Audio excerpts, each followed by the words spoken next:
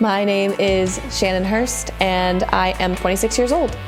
I do a couple things for a living. I work as a receptionist at a law firm by day, and I own a theater by night and on weekends. So we do a lot of classical theater and things like that.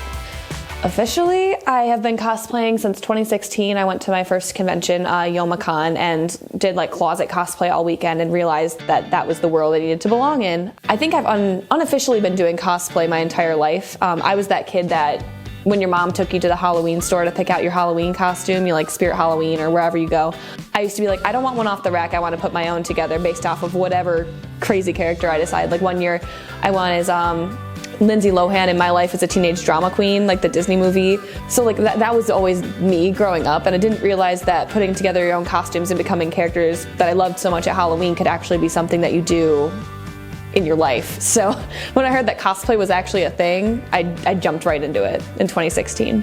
For me, cosplay has done a ton in my life. Friends that I would have never met had I not started cosplaying. My best friend, we met at a convention 2 years ago, and now I'm a part of her wedding in 2 weeks. And Claire and I met doing a show, and then I found out that she does cosplay too. MomoCon is my favorite convention I've been to. Hands down, I'm going again in a few weeks. The best part about MomoCon is it's 4 days long. You get to wear a bunch of cosplays, and you get to do way more things because you have more days to do so. I got into acting in like junior high. I was a figure skater for my entire life, age 5 to 18, and I danced from age 2.5. But as far as acting goes, I remember waiting. Like I counted down the days until I was old enough to do drama club at my school. I went to a really small Christian school, and you had to be in the 7th grade. And the first day of 7th grade, I was like, guess what day it is? It's drama club day. So I walked my little butt in there, and I was like, hey, I'm ready to act. My name is Claire, and I am 23 years old.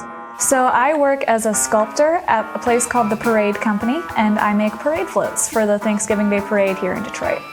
I've been working at the Parade Company since I graduated college last April. The strangest float I've worked on probably is the Henry Ford Hospital one, because of their motto is just very, very weird. It's just all for you, painted over and over again across the whole float. And then I had to sculpt a bunch of like anthropomorphic hearts with hands and arms doing different poses, and they had eyes and smiles, and they were just like looking at all these people doing cardiovascular exercise saying, all for you. And I'm like, I hate that. I don't like that at all. I started cosplaying in November of last year. It took me a very long time because I knew that once I started doing it, I wouldn't be able to stop myself. I started doing costume design in my senior year of high school, and I did a lot of costume design throughout college, and so I guess I started cosplaying freshman year Halloween when I did Jimmy McElroy and Chaz Michaels Halloween costumes with my friend Anna. Once I actually started in earnest, I made Langtree, and I started with this pattern from 1908 that I found on the internet for a walking skirt. It was in German. There were no instructions, there were just numbers and like a diagram. I'm like, I think I can make this. And I did, and it turned out nice. And now I'm working on Lapis Lazuli from Steven Universe, and then I'm also making Ramona Flowers from Scott Pilgrim. I'm making that from scratch because the dress is kind of very specific. Thank you two so much for being on the channel. So the next convention you guys are going to is? Motor City Comicon. Hey, Unison. And there's a couple more on the agenda too, right? Yeah, we have 3 weekends of conventions lined up in just May because we're crazy people. So it's Motor City Comicon, then MomoCon, and then ColossalCon, all in 3 weeks. We're gonna die. It's gonna be great. So Georgia, Michigan, where's the third one? Ohio. There's a lot of traveling in a short period of time. Now, Colossal is an anime convention, I know. Is Momo the same, or? Yeah, it's anime and gaming. Intensive, I guess I would say. They have one of the highest voice actor appearance rates out of some of the cons in that region, which is why I like to go. But yeah, they tend to be more anime and gaming. Their gaming area is crazy. It's amazing. Are you both anime fans? I am. I like some animes. It depends on the anime. I really like Princess Tutu. I loved that one. Sailor Moon I was big into as a kid, and I still have a soft spot in my heart for it. And I started My Hero Academia. I love anime. The only ones I'm not super into are the ones that get like grotesquely sexual. Like I'm like, that's a lot of content, and that girl looks kind of young. But like, other than that, I love all kinds of anime. Attack on Titan, Full Metal Alchemist, Future Diaries, one of my favorite. Anime as a genre on its own is unique because it does go over every other genre. It's got horror. I mean, there's like you said, the sexual lewd stuff. I think of like Castlevania, which I don't even know if they consider that to be Called anime. hentai, and it's an art. Well, it's its own category, but you know. Well, the debate is raging right now as to whether it is considered an anime. A lot of people have considered Castlevania an anime just because of the vibe of the show, but then there's a lot of other shows, like one of the first ones to spark the debate was Avatar. Yeah, Avatar. That's what I was thinking when you said that. And I know people have said, because that's like, it's an American-based show, so people are like, it's not anime because it's not from there. But to me, I consider Avatar to be an anime. Yeah. Like, in my heart. Also, Studio Ghibli's another one that people are like, oh yeah, I love that anime. I'm like, well, it's animation, but it's, you know, Japan, and I get it. It's, well, they tend to live more on the Disney side of the anime industry, where it's all very kid-friendly for the most part. But compared to at least the older Disney films, Studio Ghibli did have a tendency to embrace more adult themes in their movies. Truly. And have a pretty powerful message in a lot of them. And they stayed hand-drawn, which I really liked, because Disney otherwise has transitioned into the computer-generated pretty fully. It definitely has given them a different feel, and like you pointed out, the Mary and the Witch's Flower pin I'm wearing, there's almost like a subset of filmmakers that have come from him that are now producing their own content. Yeah. Right. Yeah, they formed a whole new studio, which is cool. I love any style of animation that has come from, you know, like small indie studios that do their own thing their own way. Like one of my favorite movies, and I know it's kind of branching off to a different topic, but I named my theater after Coraline. That's my favorite movie. Yeah, Laika is really cool. Laika's really awesome. Laika's done a lot of really great movies. And I love companies like Laika or like Studio Ghibli that have done, you know, their own thing and haven't like followed the norm, because those are the movies that are interesting and make you think more about what kinds of animation you can see out there. Yeah, one kind of animation studio that I really like is the one that did Secret of Kells and Song of the Sea. Oh God, who was that? Cartoon, it's the first word is cartoon. Cartoon Saloon. Yes. Yeah, so it's an Irish-based company, and I think it's based in Belfast, Ireland, and it is really, really beautiful animation. It's usually rooted in Irish lore and Celtic stuff, so like the Song of the Sea was about Selkies. And the way they use light, and it's hand-drawn, and it's very flat in terms of the way that they draw shapes and bodies, but it's so cool and dynamic. And I really like that. Yeah, animation doesn't have to be hyper detailed to convey the story and the emotion that they're trying to pass on to the audience. You can look at shows like Adventure Time, which it seems like a more simplistic, childish animation style at a glance, but once you actually follow that show through, the plot takes you to a lot of weird places. The animation changes depending on the episode too. I mean, I think of oh God, I can't remember what the episode. It was one of the season finales when they went to like the alternate dimension Finn, and all that crazy stuff happened. And I remember thinking like, this whole style of animation is it's the same character, same voice actor, same world, but in a different animation, which makes you feel like you're watching a different show. And that's, to me, that's really neat, that you can watch a show like that and think that, oh yeah, it's really simple, because that's what I thought when I heard of Adventure Time and started watching it. But that show is so complex in plot, so complex in style, that it's one of a kind. It's awesome. Yeah, it's got a whole history too. Like in the first few seasons, even you don't really get a sense of how vast that whole world and lore behind it is. But it's got all of it's a post-apocalyptic story, and everything crazy. connects. It's like when one thing happens, it spirals another thing, and you forget that thing happened until like 4 seasons later when it's brought up again. You're like, oh my God, that's referencing that blah blah blah episode when that happened. Like I don't remember what we were watching recently, but we're not completely through the show. We're like getting close to the end. And I was like, oh my God, that's from season 1. Yeah, people don't expect with a show on Cartoon Network in the afternoon that you're going to be having like Lost level details harkening back to previous seasons and getting into these in-depth backstories for the characters. Marceline and Simon particularly, they introduced the Ice King as just this buffoon basically, and by the end he has probably one of the most tragic stories I've ever seen in a kid's cartoon. It was funny, before I even knew his backstory, I looked at my boyfriend watching the show and said, he looks really sad. I was like, I feel really sad about his character and I don't know why. I feel like he's not as bad of a guy as they're setting him out to be right now. And then as soon as they revealed his character arc, I was like, I knew it. It makes sense now. One episode I wish they would have called back to later on is the Cats in Boxes. Oh, my favorite episode. Oh my god. They never went back to the Cats in Boxes. That makes me really sad to know that because I'm not at the end yet, so it's like, oh dang it. Cats in Boxes, that was a good time. So I know at least one of you is an X-Files fan. Yeah. You remember the X-Files? You remember the lone gunman in the show? Yeah. Do you remember them getting a spin-off? No. The lone gunman, those three weirdos that would occasionally be Mulder's sidekicks, helpers, they had a very brief spin-off show called The Lone Gunman. Their first episode aired in March of 2001. The plot: someone hijacks a plane and tries to fly it into the World Trade Center. And it is an inside job from within the government that they're planning to pin on a foreign dictator. I don't like that. The show was canceled. Yeah, one yeah. Yeah, Jesus.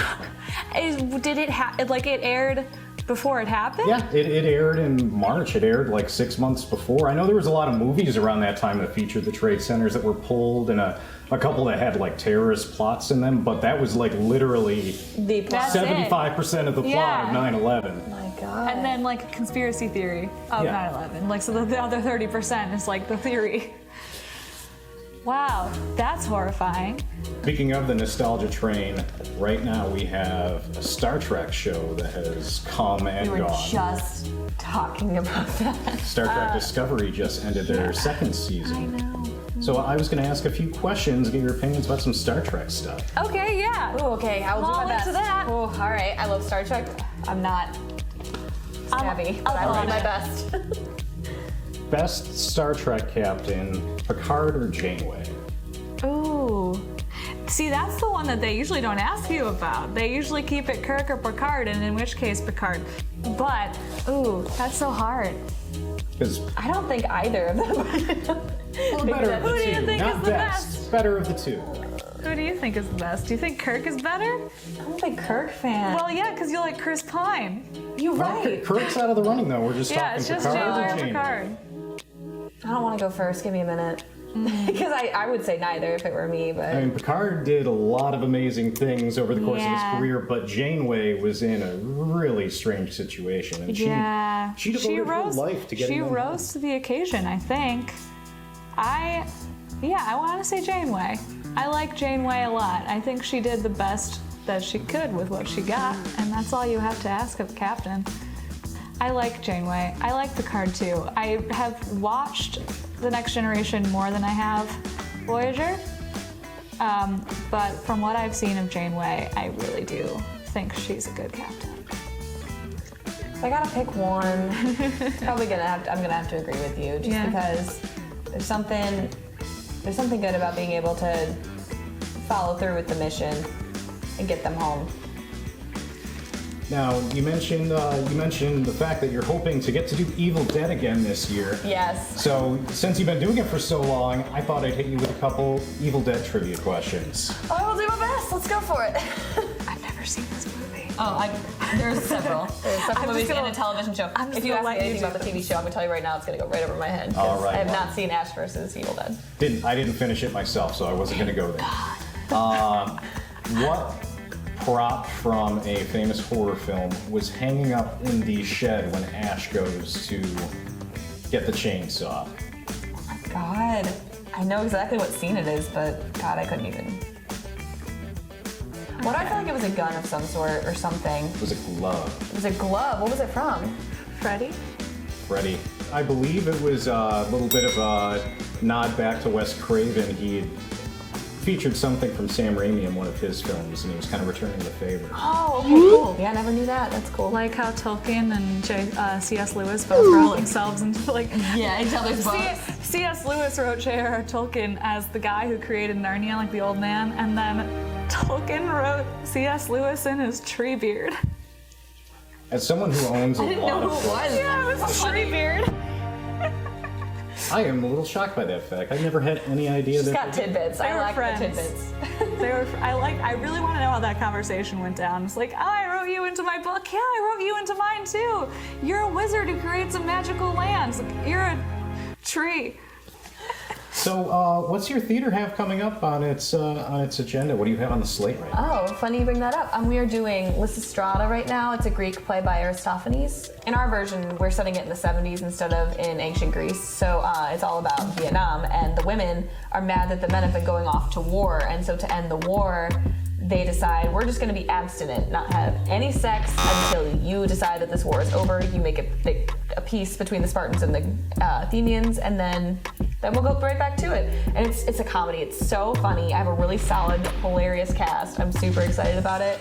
And making the adaptation into the 70s is going to be really interesting, as it is too. So I'm very excited. I'm sure Claire will probably be around Yeah, I'm to help gonna with see. costumes Yeah, and stuff I'll too. help it. So it's a modern adaptation of an ancient Greek play. I know they're comedies. For them, comedy just kind of meant no one died, but this is an actual comedy. It's an right? actual comedy. It's hysterical. Like, we've only gotten we were just under halfway, and this cast, I swear to God, I'm really into physical comedy. I'm a movement-based actor and director, so seeing them just like set things up and be like, all of them look together and someone in the back's like, it's so funny. And the script itself is really funny too. It has a lot of sexual humor. Like, it's very much an adult show, so it's not something that just anybody can come see. Preferably like 16 or older at least, but it's... Well, those are the most entertaining shows to go to. You're certainly gonna... I don't know if I can say... I'm gonna say it. You can bleep me out if you need to. They say a lot. Like, there's like a reference in like every other page, if not every page of the script, and it's so funny. Nice. Like, I normally think that there's like a level of like sexual humor that makes me twitch, but in this case, it actually ended up being pretty hysterical. Aristophanes knew what was up. Well, it sounds like I'm gonna have to find some time in my schedule to make it down and actually see that. Please do. It's gonna be a lot of fun. Honestly, it's one of all my casts this year have been really great, but it's just like, it seems with each show the casts get better and better, so it's gonna be a lot of fun. Claire, you by trade, you actually make things like Yes, this, I do. right? Yeah. No, I've done a lot of costuming throughout my life. I just really like clothes and I like aesthetics, and I thought dressing up was really fun. And then I started going into like the theatrical way of doing things, and did that in college, and then finally have done this kind of stuff. And I've made cosplays before I started making them for me. This kind of stuff, it kind of came naturally to me. My grandma had been sewing for a long time, and she showed me how to do some stuff when I was little, and she got me my first sewing machine. And then in high school, I'm like, oh, this is kind of fun. I guess I'll do this again. And now here I am, and I got a new sewing machine, and I'm into it. She's very helpful, because I'm inept when it comes to sewing anything besides like hand sewing things. So anytime I need a costume made that's like beyond my level of expertise, I have to like reach out to someone in the general public and be like, do you know how to sew anything that's not just a hand sewn object? Because I can't. I have heard that within the cosplay community there is kind of a like favor trading that goes on between people of various skills. Someone's good with She's gonna help somebody's got a me 3D with wigs. printer. Yeah. Somebody's good with wigs. Somebody's good with sewing. I know my friend Brittany's really good with like with makeup and hair and things like that. Or she's good with foam and hair, but she's not as great with makeup. So like occasionally she'll be like, hey, can you show me how to do this? Does this look okay? And I'll like make adjustments to her face and stuff. So honestly, it's one of those things where some cosplayers get really hard on other cosplayers because they don't build their own costumes, or they reached out to somebody and commissioned something, and I just don't think that's fair. That ruins the fun of cosplay. It's like, not everybody has the same skill sets. Like, I'm not sure I will ever have to build anything that's like incredibly foam intensive. Like, that's just not something that I think I will have to do. So if I choose to do a foam cosplay like one time, I will reach out to somebody who can do it better than me and be like, hey, can you at least help me along, or can I like pay you to do this? Because honestly, supporting other cosplayers by paying to have something done is just as helpful so that they can go to a convention and have as much fun as the rest of us as it would be to do it myself. So to me, I like to think that everybody should be given the opportunity to reach out to others for help as well. Does it feel like there's a little bit of a judgment kind of from cosplayers sometimes when people just wear store-bought stuff? Oh, for sure. Yeah. For store-bought things, Yeah, there's a level of cosplayers. I mean, I've been doing this for only 3 years now, but like some people, and I mean, like I've been guilty of it occasionally too, where I get a little like snooty in my head about it. And I'm like, oh well, my cosplay looks better because da da da, and then I stop myself every single time because I'm like, that's not the point. The point is that we're all cosplaying characters that we love. I don't care if you went to Hot Topic and you bought a corset that has the character's logo on it. Like that's what makes cosplay awesome, is that you can become whatever character, whatever style, where you want to, and do it your own way. All right, so to finish this interview up and let you two get on with your day and get some dinner or whatever you've got going on, there's a saving throw we're gonna do. Oops. All right. Favorite color. Oh, this is gonna be easy to beat. 8. 13. Damn it. It's me. All right. Now who's this? This is my friend Matt. He's the Colossal Jiggly Man. He is one of my best friends. Hello. Hi, Matt. Hi, Matt. You're on a video now. Exciting. Your voices. I lost Really? I lost a saving throw and I had to make a phone call. Rip. Yeah, Claire's being interviewed right now for a YouTube channel about cosplay and stuff like that, and Sick nasty. now you're on the interview too. Hello. Pick the right person. Exciting. How you doing, A bud? holler. How you doing? I'm doing, typical Saturday. So Matt, they're going to 3 conventions in the next month. Are you going to be going along with them for any of them? Well, I will be with her at Colossal Con. I'm also doing Motor City Comicon, and I don't know, we'll see what else the coming months hold for a third, possibly. Well, I've been cosplaying since like 2014. Oh, you've been doing this for a little while. A little bit. How long have you known Claire? I've known Claire for even longer, since like 2012, What year were we in high school? 11? Yeah, 11. Yeah. Well, 2011. We went to high school together. That's my it's graduate been a high hot school. minute. While we've got you on the phone, are there any slightly embarrassing stories about Claire you want to tell? You could tell so many. Oh, I could tell so many. That's the hard part. I don't know where to begin. I don't know. Most recent, maybe? How much do you want to hurt me, Matt? That's a good question. Am I feeling generous? When you thought that that edible was like half of what you said it was. Oh boy. And then it was a lot more, and you just kind of left. You departed. It was like, this is a fun sleepover, I guess. I thought I was having a party, but it's a sleepover now. We were watching Dragonheart. I was confidently making comments about this movie, trying very hard. You thought you were. I was trying very hard to stay in my body, and I was making comments about this movie, and then pizza got here, and I sat up to eat some pizza, and Matt, you were like, are you okay? Are you alive? Are you good? You finally moved. You finally spoken. I thought Where have you been? I thought I was making comments, but they were like, no, you've been spoken for 2 hours. That's usually how it goes. Yeah, you gotta watch out for those edibles. They can sneak up on you sometimes. Yeah, I can't believe my own uncle wanted to kill me like that. Best story.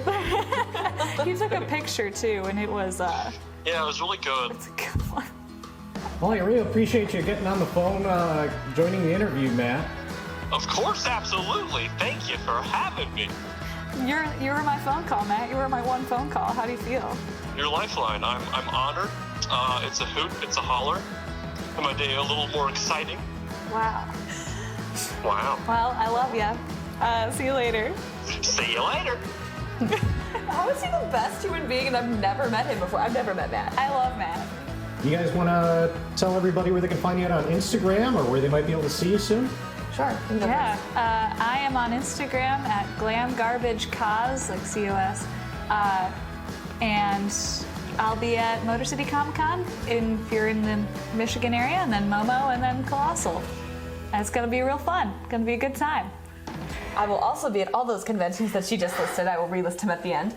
My Instagram is Shannon Hurst 216. Last name is Hurst. 216 is my birthday. I just got that when you said that number. I'm like, oh, It's crazy. That number makes sense. I will be at Motor City Comicon, MomoCon, and Colossal Con, as well as Empire City Con in November. But anything in between there is still TBD.